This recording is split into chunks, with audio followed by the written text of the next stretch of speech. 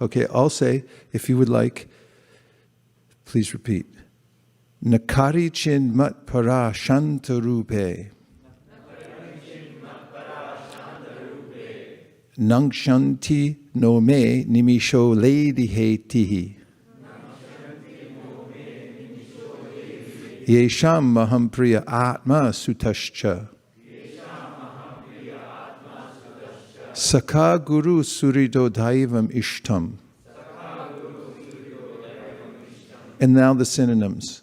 Na, not. Karhichit, ever. Matpara, my devotees. Shantarupe, O mother. Nangshanti, will lose. No, not. Me, my. Animisha, time. Leti, destroys. Heti, a weapon. Yesham, of whom. Aham, I. Priya, dear. Atma, self. Sutta, son. Cha, and. Sakha, friend. Guru, preceptor. Suridha, benefactor. Daivam, deity. Ishtam, chosen. And the translation, the Lord continued, this is Kapila speaking to Devahuti, my dear mother, devotees who receive such transcendental opulences are never bereft of them. Neither weapons nor the change of time can destroy such opulences, because the devotees accept me as their friend, their relative, their son, preceptor, benefactor, and supreme deity. They cannot be deprived of any of their possessions at any time. Let's say it together. The Lord continued, my dear mother, devotees who receive such transcendental opulences are never bereft of them. Neither weapons nor the change of time can destroy such opulences. Because the devotees accept me as their friend, their relative, their son, preceptor, benefactor, and supreme deity, they cannot be deprived of their possessions at any time. Purport. It is stated in Bhagavad Gita that one may elevate himself to the higher planetary systems, but even up to Brahmaloka by dint of pious activities. But when the effects of such pious activities are finished, one again comes back to this earth to begin a new life of activities. Thus, even though one is promoted to the higher planetary system for enjoyment and a long duration of life, still that is not a permanent settlement. But as far as the devotees are concerned, their assets, the achievement of devotional service, and the consequent opulence of Vaikuntha, even on this planet, are never destroyed. In this verse, Kapila addresses his mother as Shantarupa, indicating that the opulences of devotees are fixed because devotees are eternally fixed in the Vaikuntha atmosphere, which is called Shantarupa, because it is in the mode of pure goodness, undisturbed by the modes of passion and ignorance. Once one is fixed in the devotional service of the Lord, his position of transcendental service cannot be destroyed, and the pleasure and service simply increase unlimitedly. For the devotees engaged in Krishna consciousness in the Vaikuntha atmosphere, there is no influence of time. In the material world, the influence of time destroys everything. But in the Vaikuntha atmosphere, there is no influence of time or of the demigods, because there are no demigods in the Vaikuntha planets. Here, our activities are controlled by different demigods. Even if we move our hand and leg, the action is controlled by the demigods. But in the Vaikuntha atmosphere, there is no influence of the demigods or of time. Therefore, there is no question of destruction. When the time element is present, there is the certainty of destruction. But when there is no time element, past, present, and future, then everything is eternal. Therefore, this verse uses the word na nakshanti, indicating that the transcendental opulences will never be destroyed. Nangshanti, I meant to say. The reason for freedom from destruction is also described. The devotees accept the Supreme Lord as the most dear personality and reciprocate with him in different relationships. They accept the Supreme Personality of Godhead as the dearmost friend, the dearmost relative, the dearmost son, the dearmost preceptor, the dearmost well-wisher, or the dearmost deity. The Lord is eternal. Therefore, any relationship in which we accept him is also eternal. It is clearly confirmed herein that the relationships cannot be destroyed, and therefore the opulences of those relationships are never destroyed.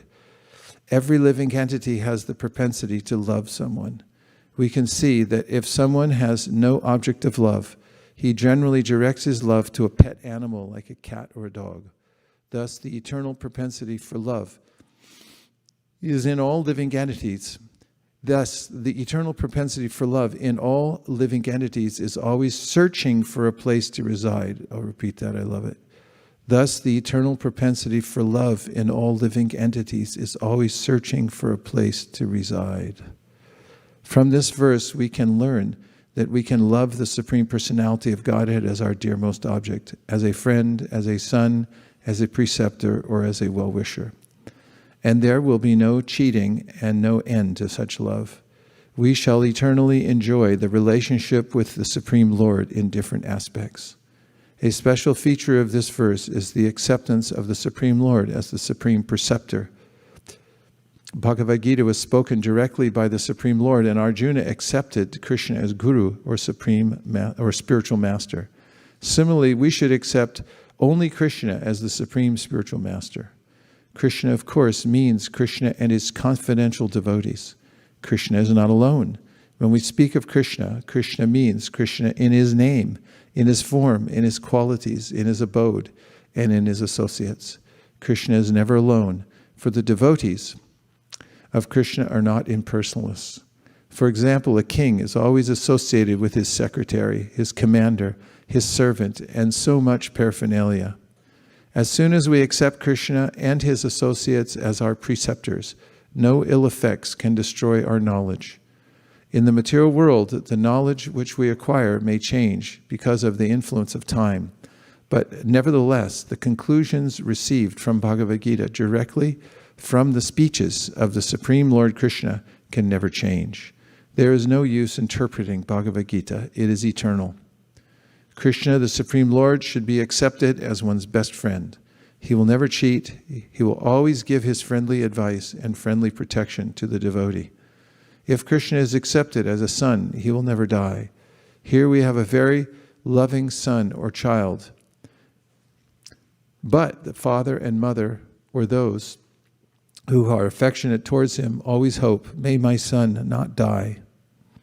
But Krishna actually never will die. Therefore, those who accept Krishna, or the Supreme Lord, as their son, will never be bereft of their son. In many instances, devotees have accepted the deity as a son. In Bengal, there are many such instances, and even after the death of the devotee, the deity performs the Shraddha ceremony for the father. The relationship is never destroyed. People are accustomed to worship different forms of demigods, but in the Bhagavad Gita, such a mentality is condemned. Therefore, one should be intelligent enough to worship only the Supreme Personality of Godhead in his different forms, such as Lakshmi, Narayan, Sitaram, and Radha Krishna. Thus, one will never be cheated. By worshipping the demigods, one may elevate himself to the higher planets, but during the dissolution of the material world, the deity and the abode of the deity will be destroyed. But one who worships the Supreme Personality of Godhead is promoted to the Vaikuntha planets, where there is no influence of time, destruction, or annihilation. The conclusion is that the time influence cannot act upon devotees who have accepted the Supreme Personality of Godhead as everything.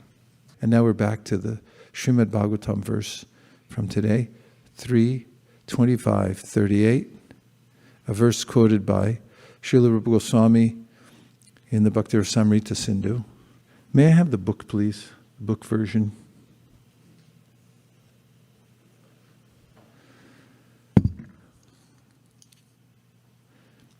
So first, Prabhupada mentions in his purport that no matter what we attain in the material world, either by hard work or by some kind of yajna, that is karma kanda, which is known as elevationism. There's a sense that if I know the rules of the material world and I just follow them properly, then I can stay in a good situation here in the material world. And there's this constant endeavor to do that. And then, of course, people who don't understand how the subtle laws of material nature work hard for cold, hard cash, because they figure if they have enough of that, then they can afford the luxuries of life, including health care and legal defense when they get sued, which is an inevitability if you have assets. And they feel that they could have time off. But generally that doesn't happen anyway, because you'll find that people with billions of dollars, and you may meet them, say, how are you doing? It's like, I'm managing 5 businesses. Yes, but you're, in advanced old age now. Because I can't give it up. It becomes an addiction to constantly get more. And there's no point at which one feels satisfied, atman yeva atmana tushta, satisfaction in just being who you are, which is a spiritual soul in service to Krishna. So that path doesn't work. And the path of elevationism through karma kanda doesn't work either, because as we heard from in the story of King Nriga, although he was the most expert karma kandi and had the wherewithal to give away in charity billions of cows with golden ornaments, and they were fatty milk bags. They were perfect cows. He made a little mistake, and then he had to be demoted to the body of a lizard, which isn't very nice. It was nice that Krishna pulled him out of the well on the behest of his grandchildren, and then he explained what happened to him. And Krishna explains in summary in the Bhagavad Gita, Shinye Punye Martya Lokam Vishanti, that there's a way in which, although you may accumulate frequent flyer miles, the status eventually will run out. Somehow there'll be a pandemic and you can't fly, and then they'll say, sorry, we don't know you anymore. Where have you been? You're nothing to us now. And the material nature has that kind of mantra also. You're nothing to me now. You never were, actually, but you had a little status for a while, which tends to degrade over time. And then those who go to the higher situations in the material world eventually fall down. And there's always some way in which there can be an aberration in the mantras, in one's practice, and the material nature is a dangerous place to hang around and try to make an adjustment. So we lose whatever we have here in the material world, is the first thing Prabhupada points out.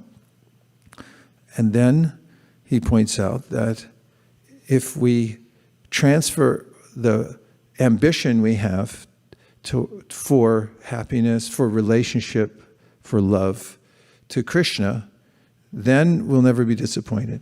So that's the essence of this verse. And we never lose that. It's eternal. Krishna says, Neha bikramanashosti pratyavayo navidyate swalpamapya siddharmasya trayate mahato bayat. You don't lose by giving to Krishna.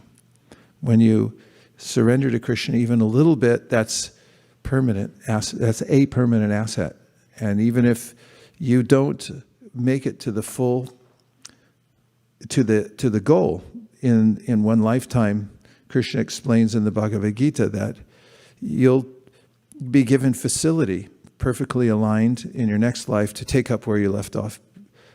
And of course, along the way, we also have free will, because that's the gift of the Supreme Lord, the living entity, that we always have the choice of whether we want to take it or not take it. However, hearing this, I wrote the verse down and carried it around with me because I appreciated so much the insight given to us by Lord Kapiladev, that is simple but very informing of how we should invest our time and energy, to whom we should give our emotion, the emotion of love and service, and that's to Krishna. Otherwise, we'll be disappointed. And when we give it to Krishna, even if imperfectly, Krishna will take the good and leave behind the bad. Apichet sudaracharo bhajate mamananyabhak. Sadhureva samantavya samyag vyavasito hisa. He says in the Bhagavad Gita, if someone has this determination to give his or her heart to me, then even if there's a mistake and the person digresses into worldliness again and loses his or her train of thought, and Krishna says, oh, that person's intention is correct, and therefore sadhur eva samantavya. It's certain you should consider this person a sadhu. It's so important, the intention. And therefore, it's important to cultivate this throughout one's life, to come to this strong and clear resolution that I only benefit by giving to Krishna and by doing devotional service. Everything else is maintenance of the situation that I've already created for myself, which is also known as making the best use of a bad bargain. When you get ripped off or you make a big mistake, and don't freak out, just pick yourself back up again and do the best you can with what you have right now. In the case of devotional service, Supada mulam bhajata priyasya tyaktanya bhavasya hare priyeshaha vikarma yachot patitam katanchid tunoti sarvam hridi sanivishtaha. Srimad Bhagavatam says, if you're on the path of devotional service and you blow it, then keep going. Because Krishna is there in your heart, and he understands your intention, and he'll rectify everything, because he's the only one who can rectify everything. We can't, he can. In Gyan, path of Gyan, people simply want to give up the material world. There's no sense of service at all. It's just, get me out of this thing. Get this stuff off me. And there's no hint of, I want to do any service. The karmis, path of karma, is all about me, me, me. And trying to gather the energy around oneself and not knowing who oneself is. That's the problem. And bhakti, it's perfectly placed. It means our intention and our endeavors are perfectly placed in service. Because we're part and parcel of Krishna. And just like a tiny screw, when it falls from a machine and it becomes insignificant, if you find it on the ground at Market and Powell, a little screw rolled into a crack, and you can see it there, it's as forlorn and useless as those we see on the street as human beings who have lost their sense of purpose, and they're simply loitering, and there's lots of them there.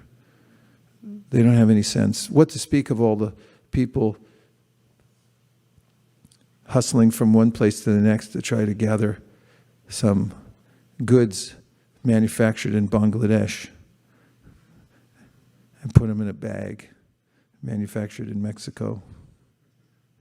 They'll be used for a couple days and then tossed and recycled, put it on a boat back to Bangladesh to be used by people who made it in the first place.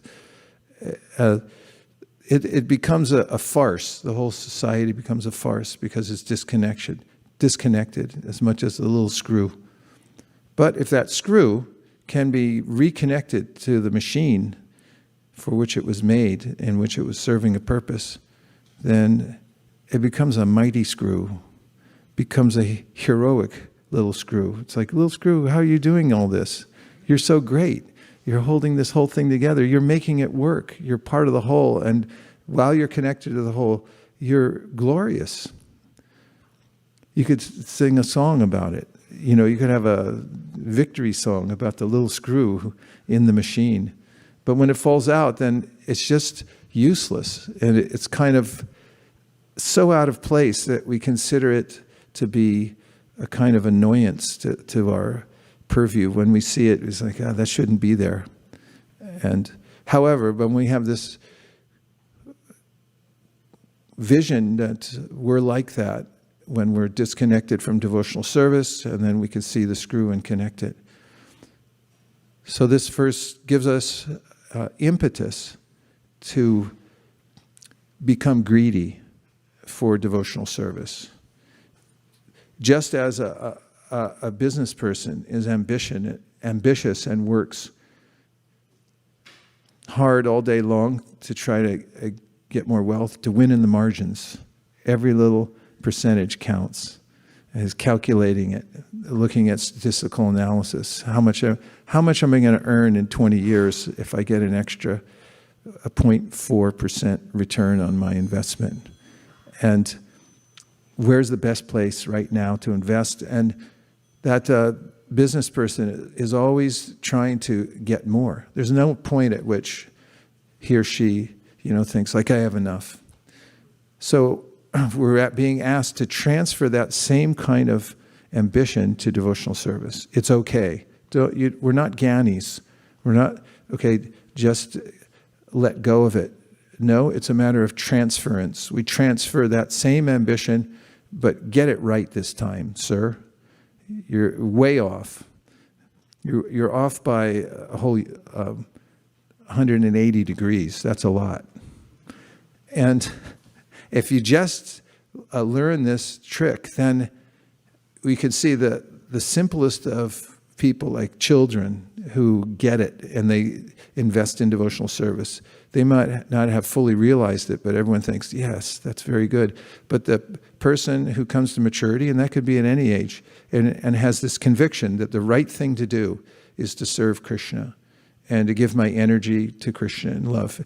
And that all other things are important, but they fall into place and are relatively important only in relationship to my main goal in life, which is to serve Krishna and to organize all the other ways in which I have to take care of myself and my family and my bank balance and my education in relationship with what serves my ultimate cause and purpose in life, which is to give my heart to Krishna and give my service to Krishna.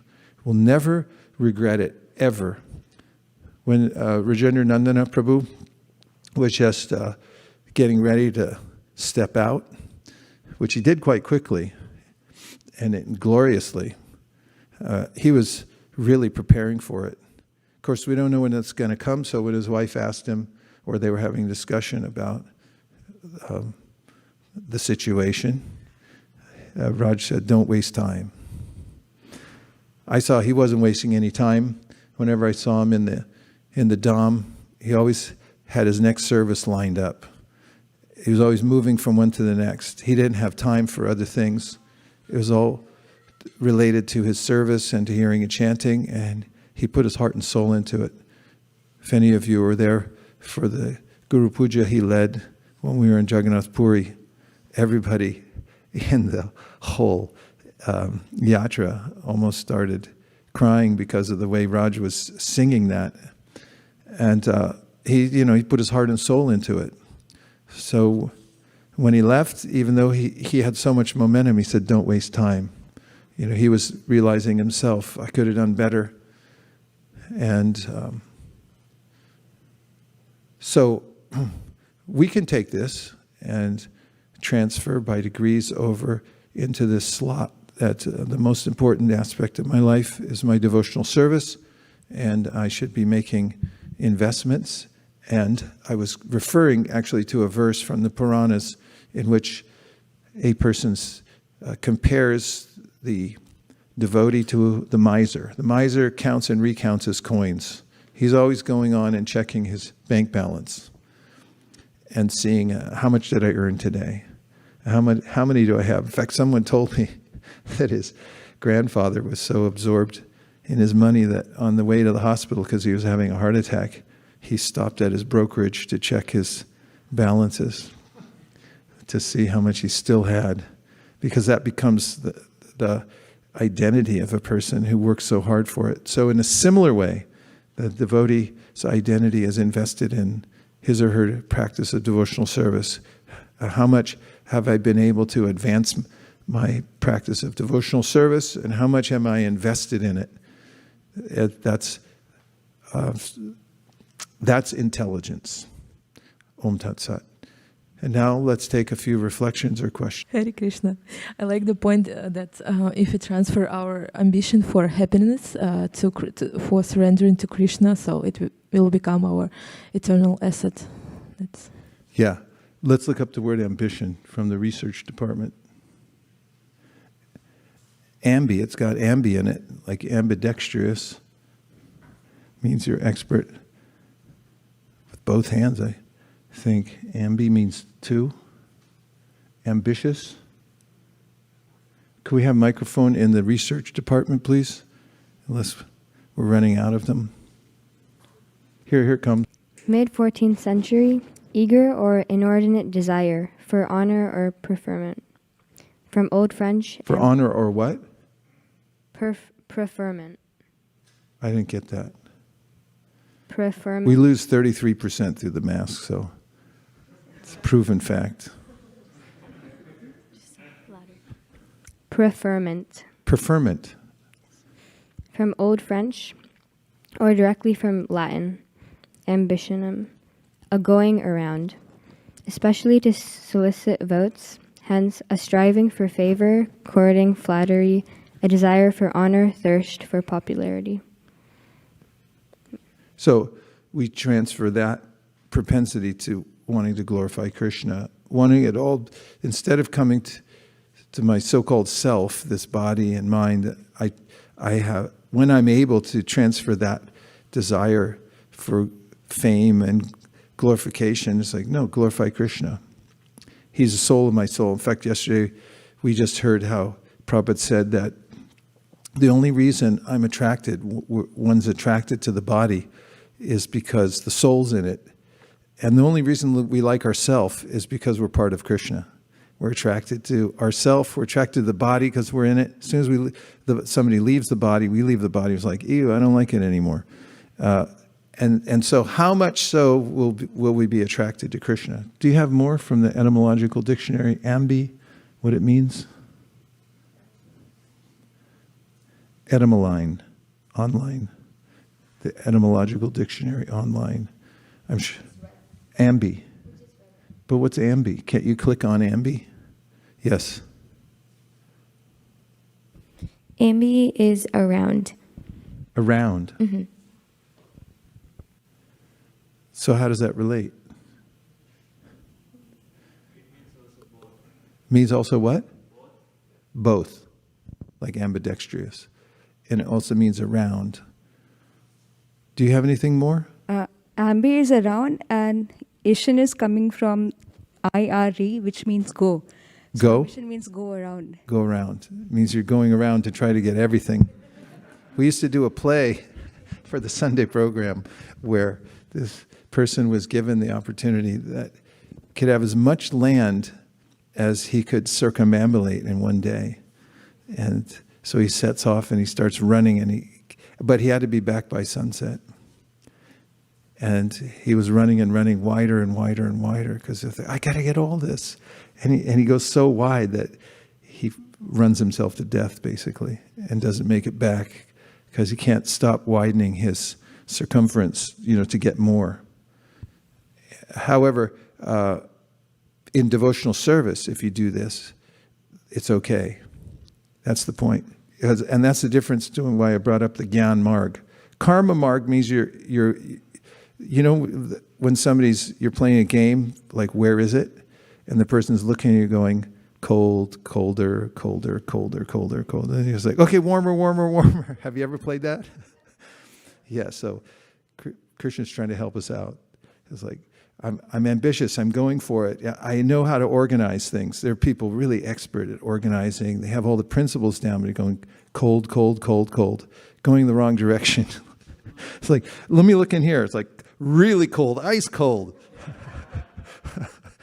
And then when you start moving towards this idea of universality, it's like a little warmer, a little warmer. It's like, no, I just love my family. No, I love my whole town. It's like a little warmer, a little warmer. I like the whole world, everybody in it. A little warmer, a little warmer. It's like all living entities. Yeah, that's kind of getting warm. It's like, what's the source of all living? Yeah, you're getting really warm. So we have to, come to this triangulation where we find out what our real interest is. And nobody knows. They really don't know because they're in ignorance. It's a disease. Yes, Prabhu. So it's Middle English, ambition, borrowed from Anglo-French and Latin. And so ambition, borrowed from Latin, is act of soliciting for votes, running for a public office, striving after popularity, desire for advancement. From ambire, to encircle, visit in rotation, solicit political support, and seek to obtain. And then shun is the prefix. It gives a nice image of what ambition means, right? Like you're really into it. You're moving around. You're going everywhere, knocking every door. Hi, I'm running for office. I'd like to count on your vote. Or selling cars. Bob, what's it going to take to get you into a Chevrolet today? You're moving everywhere. You're covering everything. You got all your cards in order and everything like that. But you're cold. You're doing it for the wrong reasons. So move it into the right category. Be like that. It's okay. We're not Gyanis. We're not saying it's like I'm not doing anything because I don't want to get that stuff on me anymore. We're doing it for service instead. I'll do it to serve Krishna. Then it feels right. Then that natural tendency of the soul to be ambitious, to go everywhere. Even Krishna says it. It's related, not etymologically exactly, but the idea is related to pari, to go around. Parikrama, to step around everywhere. So in Narupam asyeha tatopalabhyate nanto nacharya nachasam pratishta ashvatamenam suvaruda mulam asanga shastrena jadhena chitva. So we get that far in the verse, and Krishna saying, you really took a wrong turn. You went 180 degrees the wrong way. Hint, cut that part down. Stop it. Now, he says, tatakpadam tat parimargitavyam. Parimargitavyam means get on the right path and really go for it. Pari. You can move on this. You cover all the space with all your might. You can put your ambition into that. Why? Tatakpadam tat parimargitavyam yasmin gata na nirvartanti bhuya tameva chadyam purusham prapadye yatak praviti prashrita parani. Because there is a destination to reach where you'll be completely satisfied, and that is the source of everything, which is a person. It's Krishna, and everything comes from him. So now if you just turn the parikrama a little further around the other way and go that way, cut down your losses, which means don't invest yourself emotionally in the material world. Yes, you're in it, you have to deal with it, but through the weapon of detachment. It's like be able to walk away from things. I was thinking about that on our last trip, because getting ready to go for a small trip is not so hard, although getting out of one's so-called comfort zone is always a little onerous. But then a longer trip, the longer it goes, like 3 weeks was our last trip, and then you have to think about, what I'm going to take with me, what should I leave, do I want to carry all this stuff, do I actually need this or that? And we also have to consider what we're going to take with us when we leave. And I was thinking the other day that the verse, Yam yam vapi smaran bhavam tajat yante kalevaram tam tam evaiti konteya saratatab. That's the time when the cab comes for you. You know what I mean? The Uber. The Uber's there. So you got 5 minutes. If you're driving somewhere, it's like, I'll go an hour later. What's the difference? But if the Uber's coming and you got to get in, and then boarding time is at 10:45, you have to be there, then it's a big deal. It's like, do I need that extra pair of socks or not? You really have to, there's a cutoff point in thinking. So there's a time that Uber's going to come. And then, all the stuff that, unless you've considered it, what am I taking with me when I go? Then it's inevitable that you'll be over-encumbered. Encumbered is enough. You'll be encumbered by various superfluous items. So there's only two, there, to make it really simple, yang vapi smaran bhavam. So Krishna's saying, when you leave this particular body you're in now, you're going to have a bhava, which means a set of attachments. That's what you're going to have. Now, are those attachments, and there's a spectrum. On this side of the spectrum, you've got attachment to material things. They're temporary. We just heard about that. And on the other side is attachment to Krishna. We heard that about in Queen Kunti's prayers. Tvai me nanya vishaya, madhu patetas. Matir madhu patesakrit. Let all my attachment go that way, towards Krishna. So you got the spectrum. What's it going to be? And now's the time to cultivate, because when we have to step out of the body, then Krishna says, wherever that attachment is, wherever your bhava is, wherever it carries you, that's going to carry you forward. So you're determining your own future. So be an adult, be a mature person, an intelligent person, and transfer now. Get ready for it now. It's the big traverse when we leave this particular body. We have to get ready for it. Yes.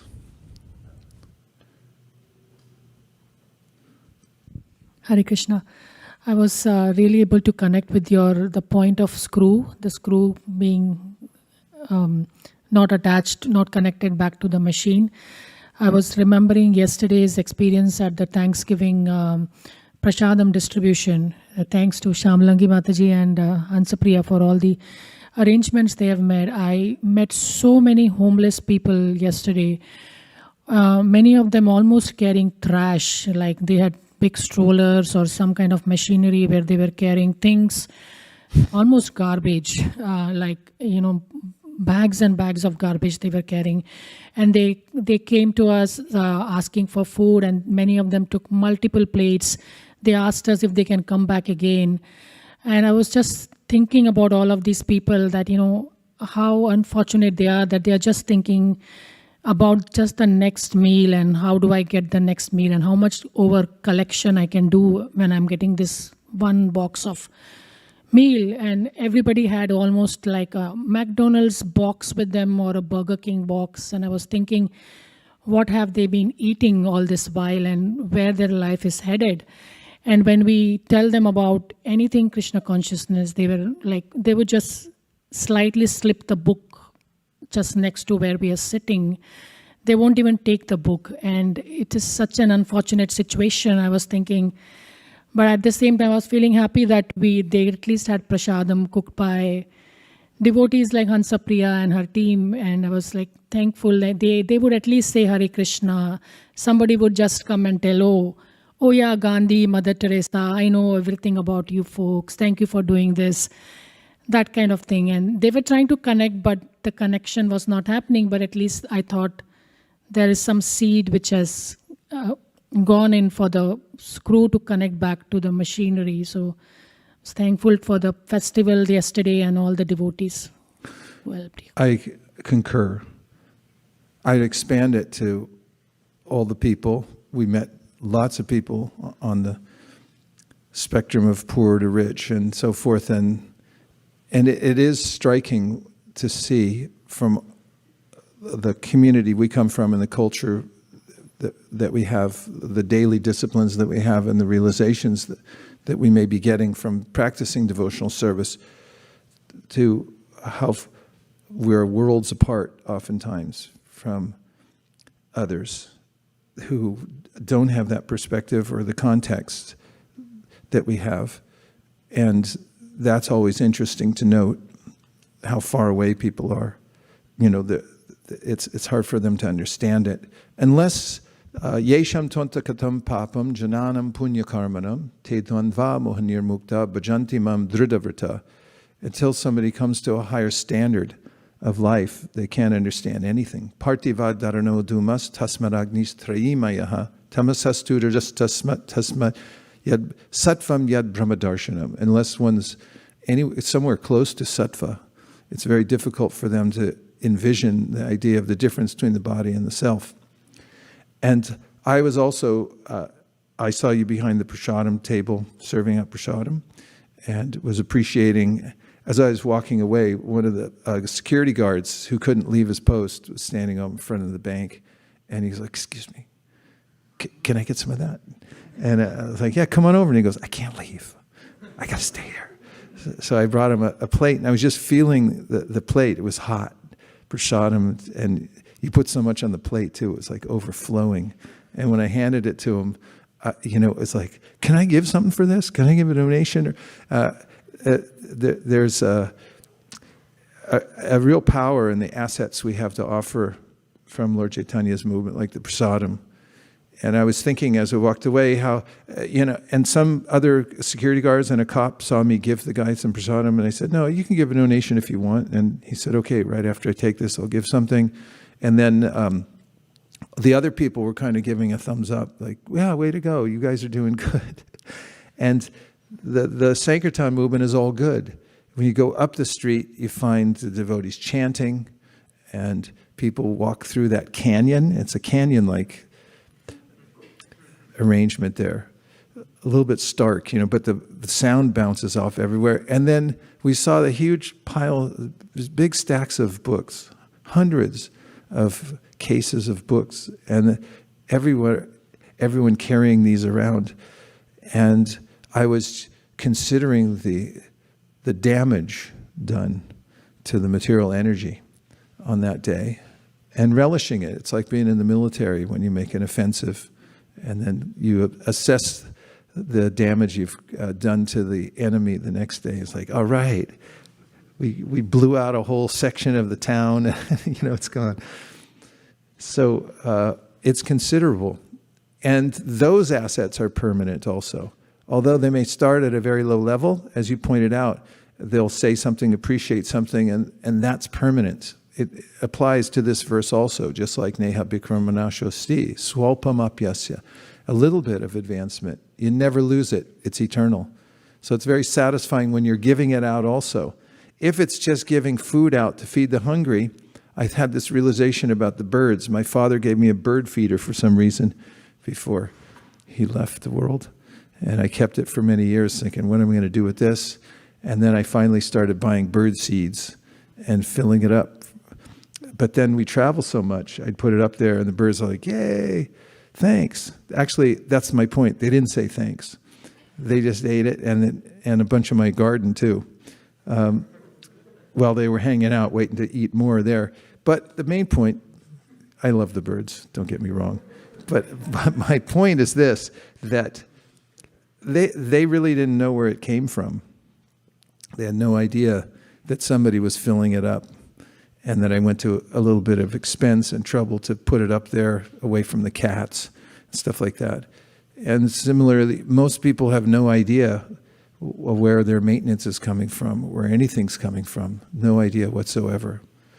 So coming into this perspective of getting gifts from the Supreme Personality of Godhead and how they're permanent, this is the great wealth of life. Okay, a couple more. Devavrata. Hare Krishna.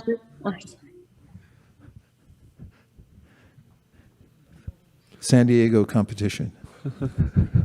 I was appreciating how we read the teachings of Queen Kunti, and there was a prayer that popped up that I looked at as soon as we finished. It's the prayer where she says, "Now let my attention be drawn to you, just as the Ganges is drawn to the ocean." And so I looked previous to that. She recites the verse, "Now cut my kinsman," the attachment to my kinsman.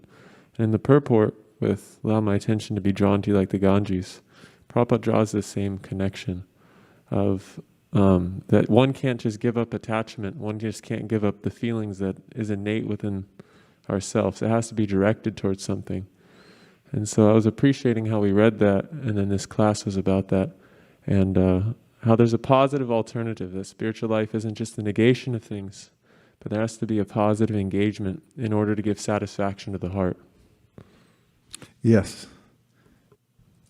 And when you associate with people who know that principle, that kind of greed for devotional service rubs off, You see their daily activities. And there's a tendency of the mind to want to cheat and think, well, I'll get it somewhere else for free. But when you're around people who are actually getting it because, for instance, they're chanting japa with alacrity and they're disciplined about it, then it's natural when you see somebody else getting something, just like any living entity, they see somebody else get some benefit and they're going like, hey, where'd you get that? Can I have some of that? You gonna eat that? That they want it too. And so when we get around people who have that greed already, and then we start to feel like, wow, that's the right thing. I should be greedy for that too. That's why we stay in association with devotees. Because when we're in the association of those who know that their real benefit in life is to try to give as much to Krishna as possible before the bell rings, then we also start to develop that kind of mission in our life and organize around it. And the more we adjust our lives in that way, the happier we become. We can test it out for ourselves and notice the one-to-one correlation.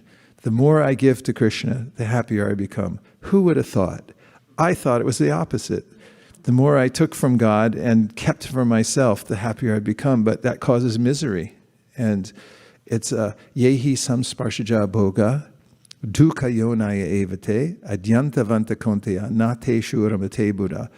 Because it's all temporary assets, Krishna says. Adyantavanta has a beginning and an end. So you may take it, but it's going to rot on the vine. It's going to rot inside your cellar, and you won't be able to enjoy it anyway. And so if one understands that if I take a temporary substance and then I turn it into great wealth, I only have a certain amount of time to hold it, but then I transfer it and I get eternal benefit out of it. That's called intelligence. So Bhagavatam says, Labham sadulabham idam bahusam bhavante manusham artadam anityam apihadhira. So it's anityam. All the assets we have are anityam. They have a shelf life. It's going to wear out. And you'll be holding nothing. They're like, oh, it's spoiled. It's like, throw it out. And now we waited too long. It's no good anymore. So between the time that it's still good and it's going to expire, if you use it properly, the verse says, then you're the smartest person.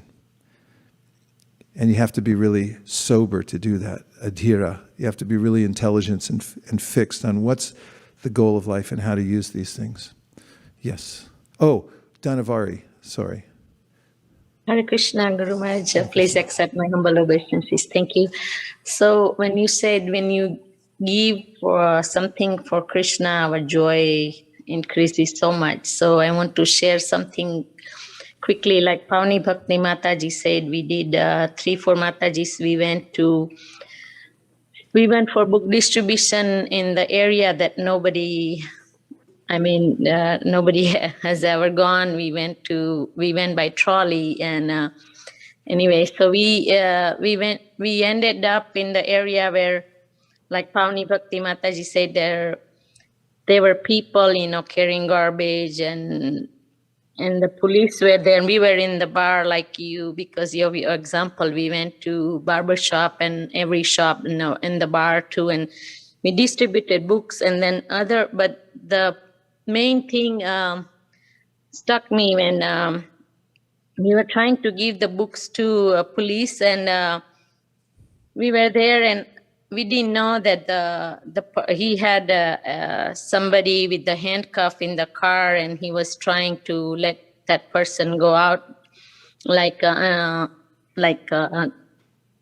let him go. So we gave the book as soon as he unscrewed the handcuff, and then we gave book to police and the person who was in handcuff, and they both were thanking, and we asked for something, and he gave, police says, I don't have anything right now.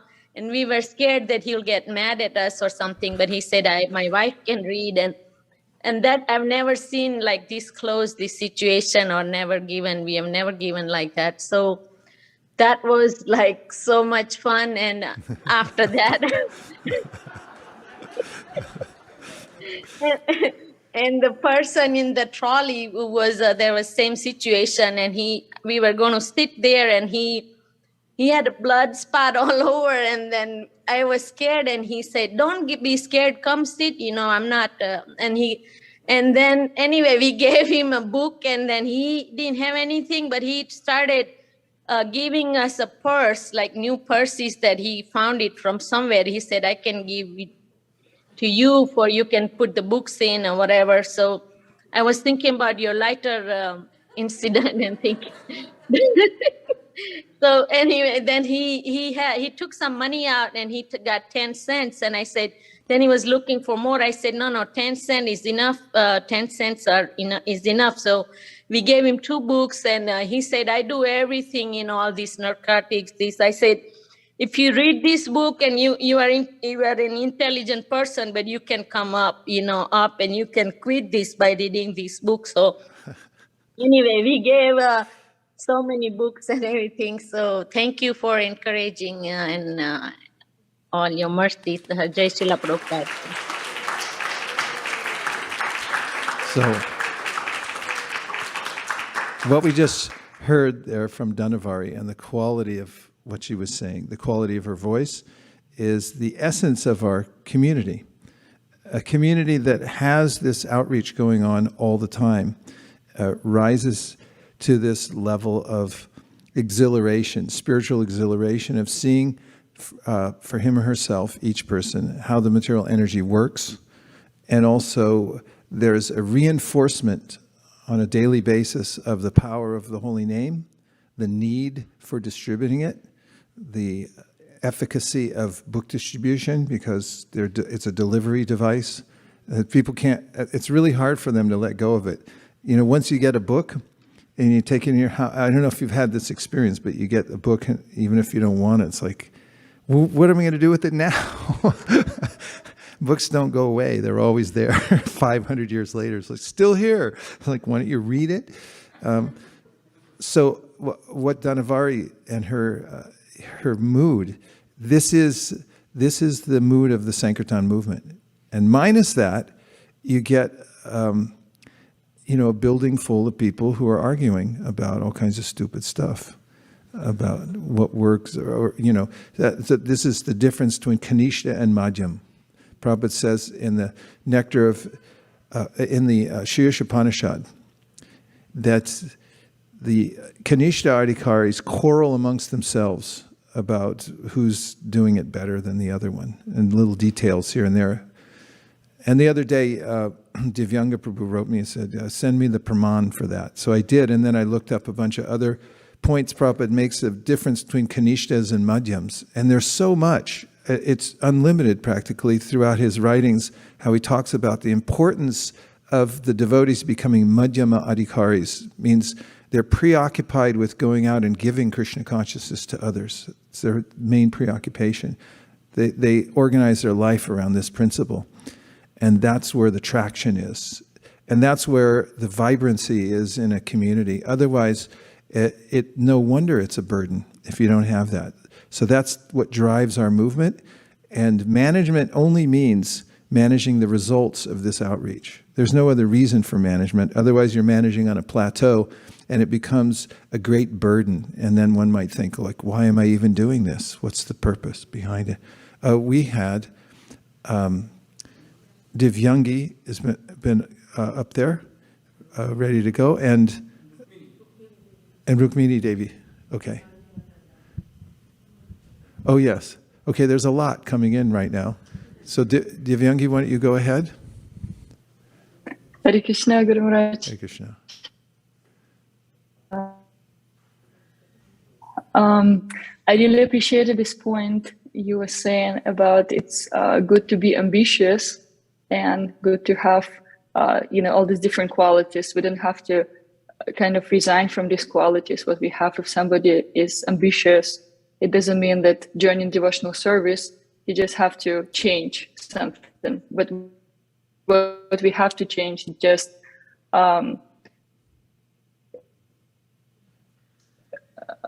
work towards. And you give this example about, about this game where it's like, when we do different kind of activities and then it's like warmer or it's colder. So how can we really understand if we have interest in different things, so-called worldly things? Of course, everything is connected to devotional service, but then how do we really know, what's the indication of this, whether we're warmer to Krishna or it's just something what separates us more from Krishna, whatever we do? It really has to do with our intention of service. Because there are ways in which Krishna says, Kodashi adashnasi as johosi dadasiyat, yat tapasyasi konteya, tad kurashva manarpadam. Okay, whatever you're doing now, whatever you're eating, doesn't matter. Just give it to me, offer it to me for some reason. There's a mixture there. People might have to, like I'll give an example, sometimes people are musicians and they always wanted to be a rock star. And so then they come to devotional service and they say, I'll be a rock star, but I'll become famous and then I'll offer it to Krishna. And then there's people like who come and like Keshav Bharti Maharaj, he was an excellent musician. He played the trumpet. He was in a band. He was also in an orchestra, and he was really good. And then he joined, and he never played it again, because it's like, where's the service for it? He could have said, like, I'll just become a great trumpeter, and then I'll offer that to Krishna. So the more we become oriented towards what's the best thing I can do for Krishna that he'll appreciate, and align ourselves in service, then we'll never go wrong. And therefore, we listen carefully when we're reading the Bhagavad Gita. What does Krishna want me to do? And we listen carefully when we're listening to our Guru Varga. What is it specifically that I can do that's of most service? You'll notice in 1975, when all the devotees were in Los Angeles and New Dwarka, Prabhupada had come there to stimulate the production of books. He wanted it faster. Especially he wanted the Chaitanya Charitamrita faster. He wanted them all in 2 months, which was impossible. And you'll look at that temple room. You can see Prabhupada on the Vyasasana, but notice his devotees. They're crammed in. They're hanging from the rafters practically. And what are they doing? They're leaning their ear in to hear, what is my guru going to say that he wants the most? They're trying to listen to that. And as soon as it's just like reporters from the old days, when the news comes off the press, they're listening into the phones like, okay, take it to press. So the devotees are listening in. What is it that's to be done that's of most service to you? And they hear that and they're like, I'm doing it now. They run for it. And so when we become tuned to the order of Krishna through the Guru Parampara, and we try to take it up and organize around that principle, then we'll be properly aligned. Okay, now who's that? Rukmini Devi Dasi, Hare Krishna. Hare Krishna, thank you so much, Maharaj. Oh, it is Rukmini. Okay, I couldn't see it from the small square. Go ahead. Yes. So I had, so you may have partially answered my question, but I had written this question down also on the YouTube chat. So I'll just read the same question that I had written. How do we tell whether we are really trying to get or keep some opulence, capacity, or facility for bhakti, or whether we are rationalizing some subtle desire to enjoy that opulence, etc. ourselves? So is it really for bhakti, or is it really for our, we're just rationalizing and actually it's for ourselves? We really have to get a higher taste. Vishaya vinivartante nirahara sadehina rasavarjam rasopyasya param drishtva nivartate. Drishtva means to see, really. When you see something better, and it's not an intellectual winnowing out of this or that, although we can do that to some extent based on the scripture. Like, this is really bad for you, don't do it. And it's like, okay, I'll consciously not do it. And this is the first part of the verse, which said, Vishaya vinivartate, I'm still attached to all these things. But the scripture says don't do it, so I have faith in the scripture, I won't do it. But then param drishva navartate means once I get a higher taste. Remember we were talking this morning in the japa circle about absorption? And I actually wow, I like this much better than being distracted and tortured by looking at the material world and being disappointed yet again and being disappointed in myself for being attracted and so forth. But then when I actually get something for myself, param, it's supreme, drishtva, I see it, then I see everything in relationship to that as being less important. And it comes naturally. It's bhakti parushanu bhava viraktir anyata traisha trika ekakala prapadya manasya yatasnata shus tushti pushti shuddha payonugasam. The way when I'm eating food and I'm getting satisfied, nourished, and my hunger's going away, and someone says, you want a little more? So I don't want any more. I always wonder how I know that. You want more? I don't want any more. How'd you know? How do I know I don't want any more? It's because I just don't. And so similarly in bhakti, if we get the higher taste, when we get the higher taste through our japa, then there's a way in which it's just like natural. I see the difference between the things that I'm attached to for my own good and the things that I'm attached to because I can use in Krishna's service. And that's why devotees are so happy. They're free. Iha yasya harer dasye karmana manasa gira nikila apyavastasu jivan mukta su ujite. This is what it means to be liberated even in this life. Internally, I've already worked it out. I actually don't want anything. It's just like, yay, I'm happy, I'm free. I don't want anything for myself anymore. Krishna Bhakti,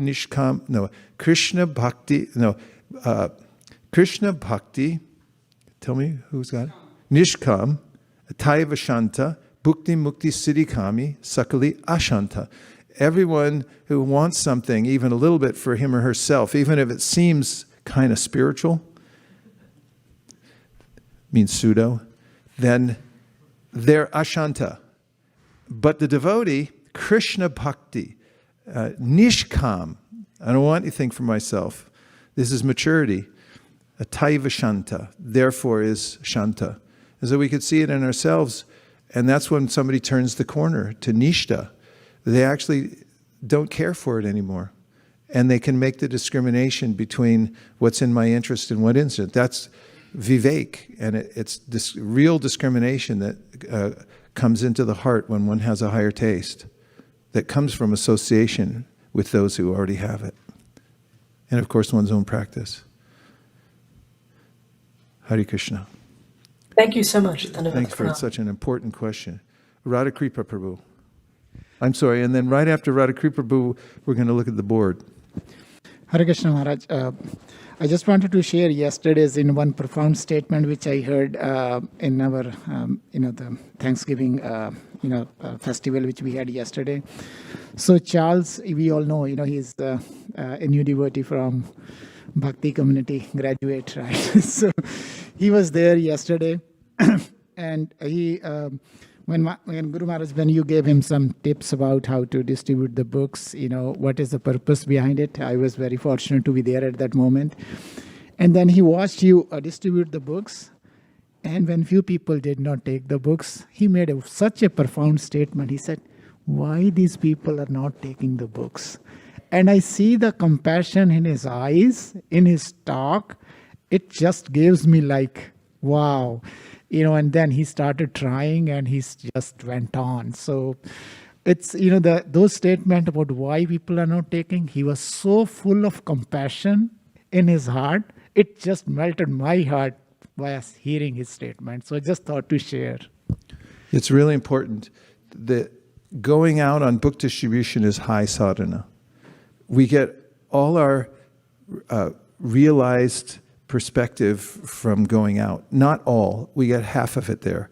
One half comes from our own practice, and the other half, in fact, they go together. You can't have one without the other. They are synergized, and we get the full realization when we go out to distribute it. That's the strength, the bonding factor, like the kinds of epoxy glue. They still have it, I checked. In the old days, I always used to ask my father, when he wanted to glue something, why do you have to have two tubes of glue. And I suppose super glue was the answer to that. But it was like, no, they have to go together. That mix it. Just put it in one. No, they're separate. And then you mix them. And so same way, to have the bonding to Krishna in the process, you have to have outreach and also inreach. Okay, then we said we'd look at the board. This is from Sudhir Madhava on Zoom chat. He is asking how not to waste time. Any practical tips? Yeah, I did have a couple practical tips.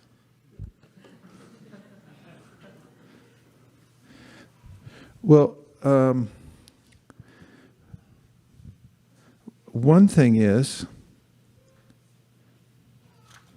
that have your stuff with you. Like this raggedy looking bag here, and these gnarled up little cards go with me. And yesterday when I was on the train, and there seemed to be an inconvenient point where I'm stuffed into the seat and my mask was on and I felt like I can barely move. I don't know what I want to do right now. Because I had this little bag of cards and I was able to reach in my bag and pull them out and look at it, then I didn't waste any time. I could have done something else. I know I looked around the train, everyone else was scrolling like this. Drool coming down. But I felt sharp because I had these verses. And once my mind caught on to them, then I felt like, okay, let the train ride go on. In fact, why don't I commute more often? It's kind of safe in here. It's like I couldn't get your call. And so if you prepare yourself ahead of time when you're in right consciousness, then when your wrong consciousness shows up, the right consciousness will come to meet it and say, no, remember? You're actually a good person, a good devotee. You can do this. And then it's like, well, oh yeah, you put these in the bag for me? Okay, I'll take a look at it. So we always have to stay ahead of ourselves. That is our, the bad self who wants to, go off and just howl at the moon. So if we prepare those things and organize around that principle always, when we're in good consciousness, make sure you get as much mileage as you can and prepare for when you know that you're going to be in this other kind of distracted consciousness. That's one tip that helps for me. Okay. Anything else I have? Yes.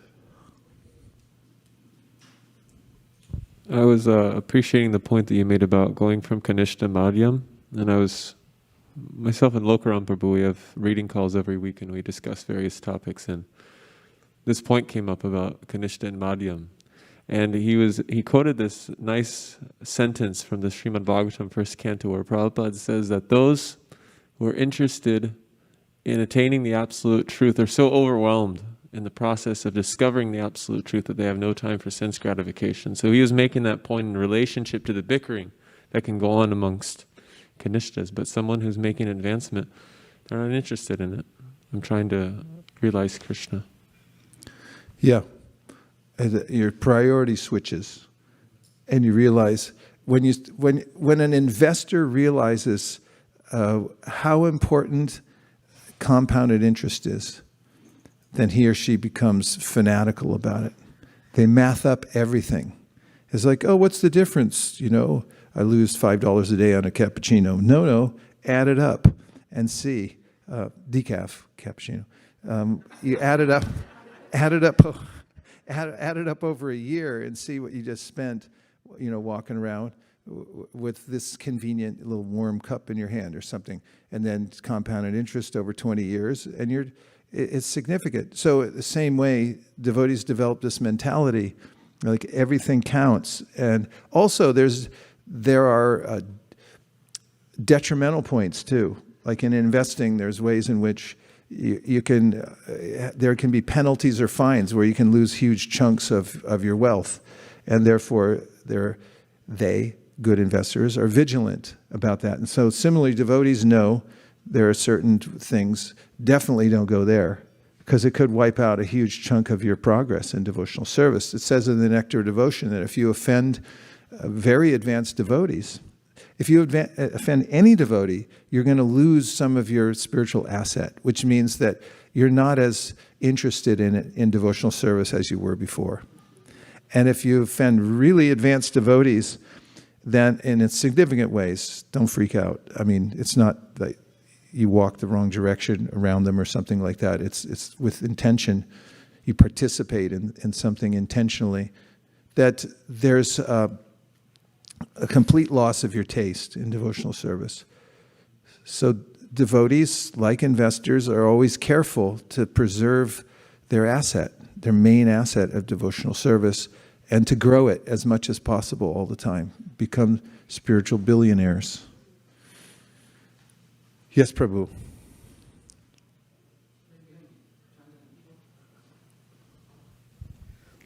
Thank you, Prabhuji. I really like the example of the tiny screw. That analogy is very beautiful. I felt like the tiny screw. So many times I found many tiny screws lying around. They're so unique. You don't want to throw them away, but at the same time, you don't know where to put them. Right. Exactly. So I was just thinking about myself and how different Siksha gurus and Diksha gurus have looked at us, rusted tiny screw like ourselves, looked past the rustiness of us and saw some uniqueness and engaged us in devotional service. And I was thinking in Chaitanya Mahaprabhu's mission, all of us are screws, but at the same time we are screwdrivers also. We are also helping other screws get into their groove. So I was just appreciating that particular analogy. I never heard that, but very beautiful. Thank you, Maharaj. Nice, Prabhu. Thanks for extending it. Really nice. Okay, we have one more on the board at the top. Oh, it's Tadiya Seva. Prabhu, go ahead. Maharaj, Darot Pranam. Maharaj, I was thinking about the higher taste you are talking about. In my journey in Krishna consciousness, I have seen few devotees who have left the movement. And I was wondering why they left the movement. And I think I got the answer today.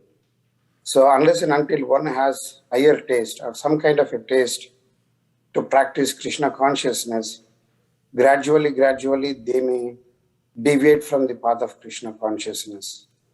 Like, for example, I am attached to taking prasad and doing service in the kitchen. That is my taste.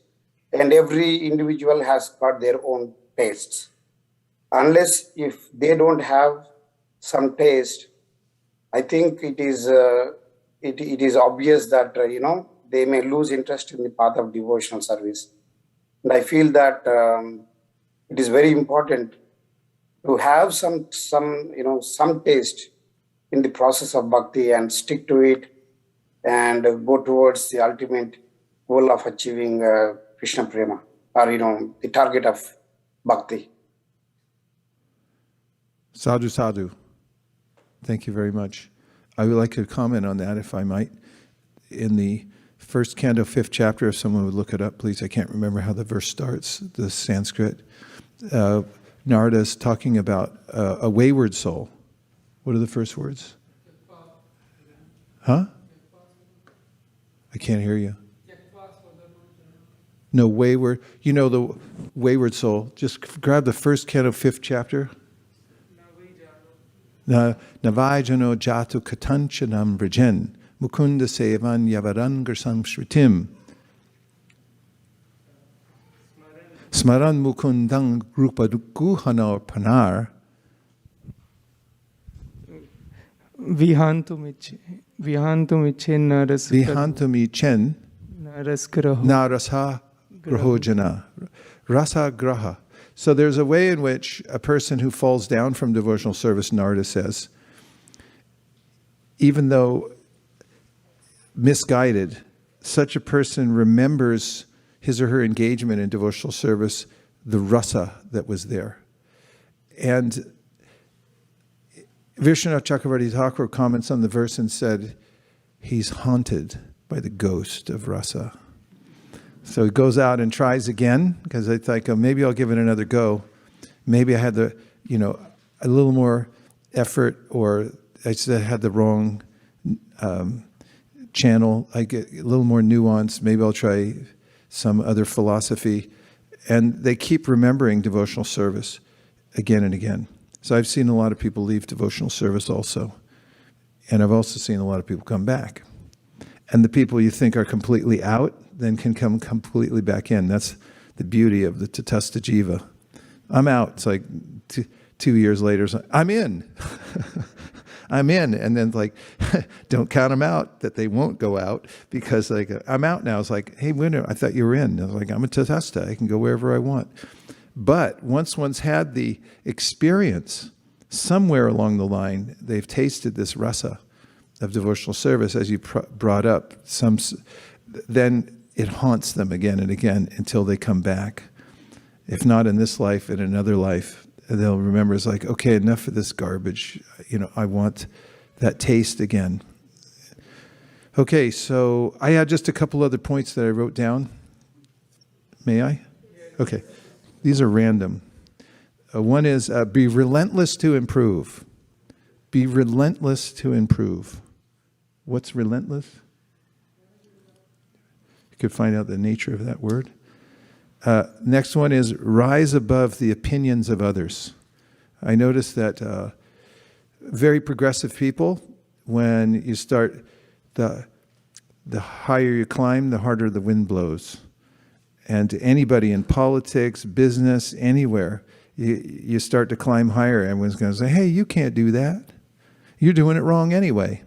So rise above the opinions of others, find your own a group that you trust, and then don't worry about it, because when you try to do something big or small, but especially if you're moving ahead somehow in any sphere, people are going to find some fault with it, because most people don't like others to move forward. So rise above the opinions of others. Relentless means? Can you just relent? I guess there's relent and relentless. Relent is from the late 14th century, to melt, soften in substance, dissolve. And it comes from Latin, slow, vicious, supple. And what about relentless? Relentless, incapable of relenting, unmoved by pity, unpitying, insensible you don't to melt to the material nature. You melt to the holy name. insensible to the distress of others. Relentless. Okay, Prabhu. Thank you. Research department. Appreciate. Showing or promising no abatement of severity, intensity, strength, or pace. Ooh, I like that one. Okay, so be relentless. Be relentless to improve devotional service. Rise above the opinion of others. Keep this mantra going. I am responsible. No one cares as much as you do except Krishna for your own advancement.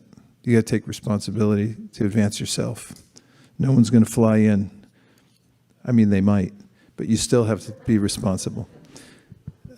See your potential as Krishna and the pure devotees see it. You brought it up about the screw. You see it the way the pure devotees see you. Don't see yourselves like, oh, I can't do anything. And the 1% rule. Here's the 1% rule. You only have to be 1% better than your competition to win.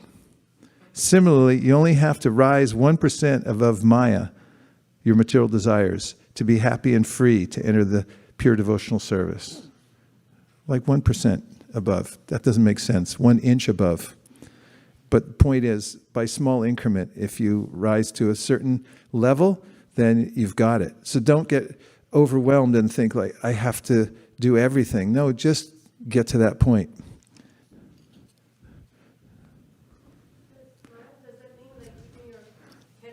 Oh, you got to use the mic, otherwise it doesn't count. No points. Is it similar to the concept of Yeah. keeping your nose above the water? Yeah, Prabhupada 1 said inch. to not drown, you don't have to be a mile above the water, just even 1 inch to not drown. So at least stay 1 inch, and it's not that far. I'll tell you a little story. There were 2 frogs. They were in the barn, and they were hopping around looking at all kinds of stuff, and then they both jumped into a big barrel, and it turned out there was liquid in it, and they started drowning.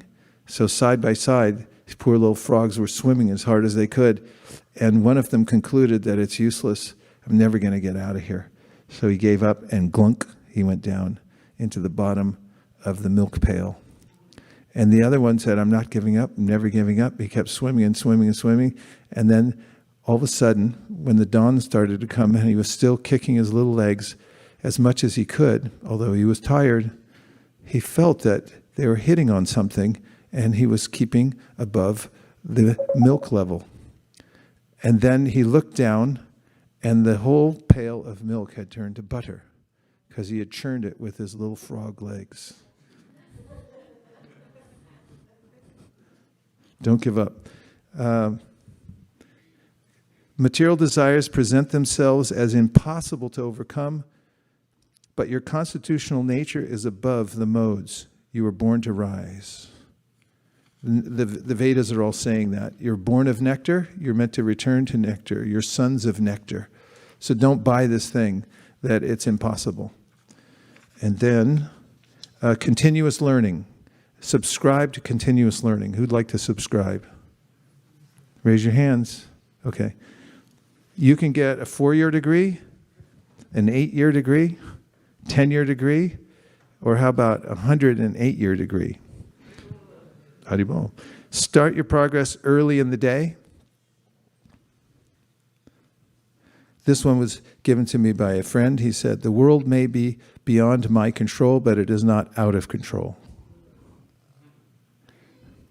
Bhaktivinoda Thakur.